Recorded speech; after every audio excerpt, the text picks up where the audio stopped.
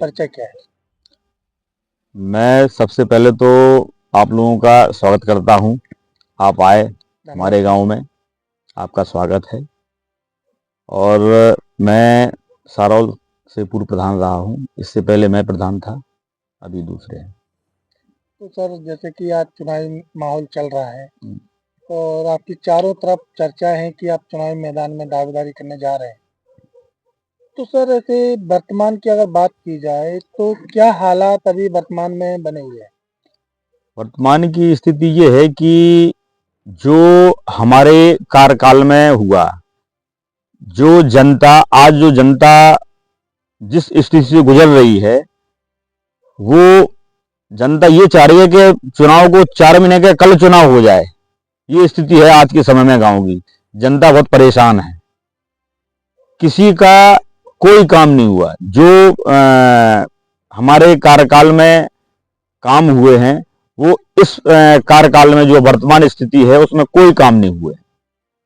सिर्फ जैसे कि जनता को फायदा दिया जाता है, सरकारी योजना का फायदा, जनता को कोई फायदा नहीं हुआ है। सिर्फ हाँ, सीसी रोड ये तो अपने फायदे के लिए कोई भी करवा सकता है। एफएक्स हुआ, सीसी हुआ, ये तो अपना हम जब समझे, जब जैसे आवास हो गए आपके, हमने अपने पीरियड में गोट सेंटर बनवाए, काउ सेट बनवाए, गोट सेट बनवाए, आवास बनवाए, ये सारी चीजें बनवाई आज। और शौचालय बनवाए, कम से कम 100 सवा 100 शौचालय बनवाए थे हमने अपने समय में। इन 4.5 सालों में एक अगर गांव का एक व्यक्ति, एक कोई कह दे कि एक शौचालय बना हो, किसी का एक आवास जो बन रहे हैं वो मेरे ही आवास बन रहे हैं अभी।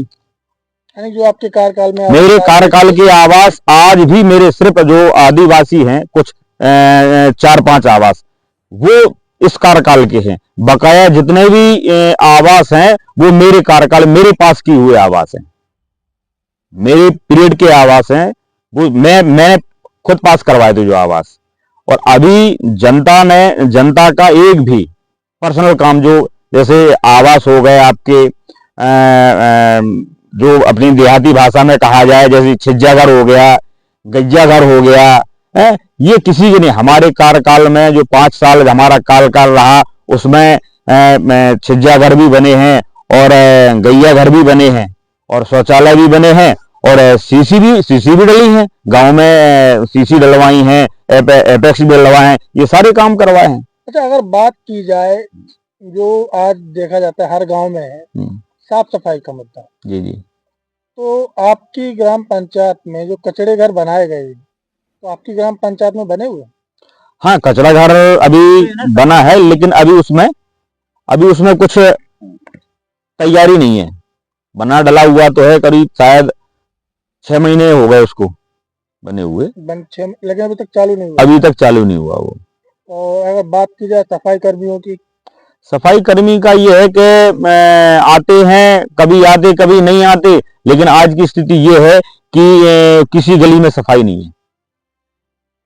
आज की जो स्थिति है, हर गली में गंदगी फैली हुई है। जब हमारा कार्यकाल था, हमारे हमारे मिलने वाले थे, अगर उन्होंने फोन कर दिया कि हमारे यहाँ प्रोग्राम है प्रधान जी, हमें सफाई करवानी है, तत्काल पहुंचता था सफाई वाला। और आज के आलम है, आज का आलम ये है कि ना, सफाई वाले को अगर फोन करें तो जो वर्तमान स्थिति है तो उस पर कोई ध्यान नहीं दिया जाता, कोई ध्यान नहीं दिया जाता। और आपके यहाँ खेल कूद का मैदान बना हुआ है? नहीं, अभी नहीं बना है खेल कूद का मैदान, अभी नहीं बना। अभी नहीं। तो ये बना नहीं है तो उसके पीछे कारण क्या सरकारी जमीन नहीं है क्या? सरकारी जमीन है, क्यों नहीं है, लेकिन अब गवर्नमेंट बजट देगी उसे। ये तो हमने अपने टाइम पे जो है डाला हुआ था प्रस्ताव, बारात घर का प्रस्ताव हमारे टाइम का पीरियड का डाला हुआ है। खेल कूद का भी हमने डाला हुआ था, ग्राउंड का। अभी तक कंप्लीट 2 हमने बारात घर के डाले हुए थे, 2 बारात घर के डाले हुए थे प्रस्ताव की, 2 बारात घर हमारे यहाँ बनना है। और खेल ग्राउंड का डाला हुआ था। तो ये सारी चीजें अब हाँ, ये अगर ये कहें कि भाई एपेक्स हमने डलवा दिए, या आप जनता के भी तो काम करवाइए, जनता का जो काम हो उसका भी, वो भी तो काम करवाइए। हमारे टाइम में पेंशनें बनी, वृद्धा पेंशन बनवाई। आज उन्हीं जो हमने बनवाई थी पेंशन, बेचारे उन्हीं लोगों की पेंशन ही कट गई है। ऐसा क्यों? जो पेंशन हमने बनवाई थी कम से कम, कारण अब जो भी हो भाई, गांव में वो तो चलता ही है कि पार्टी बंदी है, और वो हमारा आदमी फलाना ढकाना, तो जहाँ थोड़े बहुत पेपर कम हुए तो उसको बेचारे को ध्यान नहीं दिया गया। और हमारा ये था कि चाहे वो हमारी पार्टी का हो या उसने हमें वोट दिया या ना दिया, वो हमारे लिए उस समय सब बराबर थे। भाई हमें अगर जनता ने अगर हमें चुना है, बनाया है, तो अगर राजा है तो राजा के लिए तो सब एक से होते हैं। शिक्षा के विषय में कहा जाए, शिक्षा क्या है? शिक्षा बढ़िया है। हमारे जो स्कूल के जो टीचरें हैं और मास्टर साहब हैं, वो भी ध्यान देते हैं उस पर। स्कूल पहले जो जब हमसे पहले जो प्रधान रहे, उससे पहले स्कूल की स्थिति ये थी कि यहाँ जो भी अधिकारी आते थे वो हम मतलब गांव के लोगों को शर्मिंदा होना पड़ता था कि स्कूल की स्थिति ऐसी थी। जब हम जो है प्रधान बने तो हमने स्कूल बढ़िया बाउंड्री बनवाई, रूम सारे रूमों में टाइल्स डलवाए, बढ़िया जो है और आपका मिड डे मील से लेकर सारी चीजों पे हम ध्यान देते थे, सारी चीजों का। अब जैसे कि आज आप चुनावी मैदान में हैं, तो अब आप ऐसा क्या नए मुद्दे लेकर चुनावी मैदान में आ रहे हैं जिसको आप पहली प्राथमिकता देंगे विकास के लिए? नए मुद्दे तो हमारे मुद्दे पहले भी ये रहे हैं, आज भी वही हैं और रहेंगे हमेशा। मुद्दे हमारे गांव का सबसे पहले शिक्षा पर, जो हमारे गांव के बच्चे हैं उनको शिक्षित करना। दूसरा, गांव के युवा जो लड़के हैं उनको रोजगार दिलाना या रोजगार के लिए प्रेरित करना, क्योंकि आज ये स्थिति है कि गांव के लड़के जो जरूर थोड़ा पढ़े लिखे हैं वो यहाँ ना रह के कोई गुजरात जा रहा है, कोई दिल्ली जा रहा है काम करने। मेरे पीरियड में यहाँ से कोई भी लड़का बाहर नहीं रहा है। हमारे कार्यकाल में यहाँ से कोई लड़का बाहर नहीं गया। जो नरेगा काम चलता था उसमें 100 सवा 100 लेबर काम करती थी। 100 सवा 100 150 तक लेबर ने काम किया है एक दिन में। ये स्थिति आज ये स्थिति है कि गांव के लड़के, चाहे लड़के हों बहुएं हों, आज उन्हें यहाँ काम नहीं मिल रहा है, बाहर हैं सब।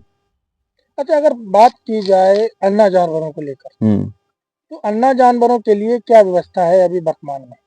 अन्ना जानवरों की तो ये है कि इसके लिए तो जैसे गौशाला मैंने अपने ही हमारे कार्यकाल में ही बनी थी गौशाला, मैंने बनवाई थी।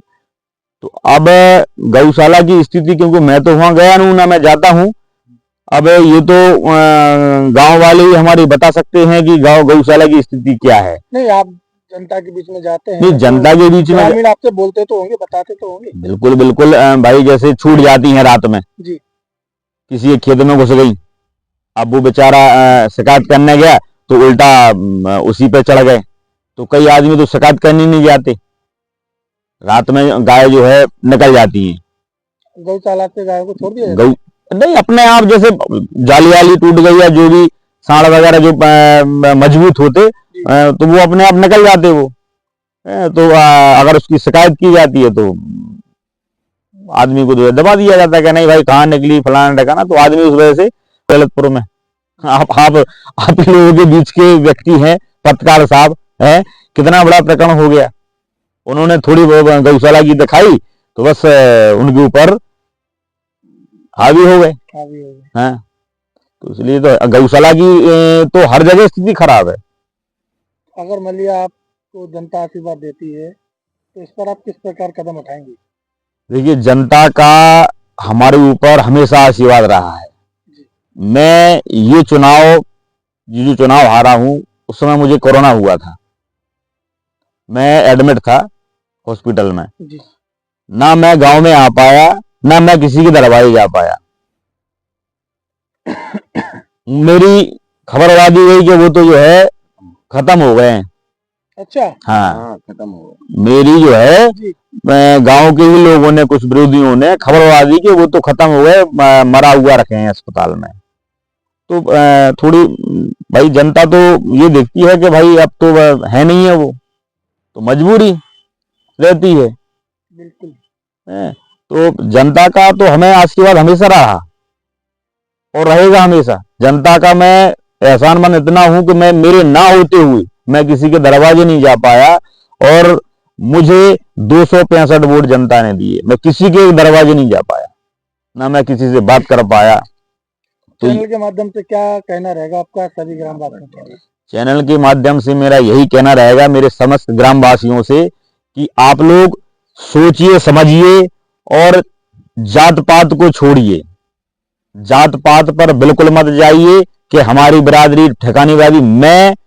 मैं आपसे वादा करता हूं, मैं सभी के पक्ष में बात करता हूं, चाहे वो किसी बिरादरी का हो, मैं सबके लिए हूं। मेरा ये समझ लीजिए पूरा गांव मेरा परिवार है। इसलिए आप लोग कोई भी आपको भड़काए कि हमारी बिरादरी ढकानी बिरादरी फलानी बिरादरी, तो बिरादरी पर बिल्कुल मत जाइए। सोचिए समझिए और विचार करिए तब वोट दीजिए। अगर मैं आपको सही लगा, मेरा 5 साल का आप लोगों ने कार्यकाल देखा, अगर मैं आपको सही लगा तो मुझे चुनिए आप। अगर मैं आप गलत हूं कि नहीं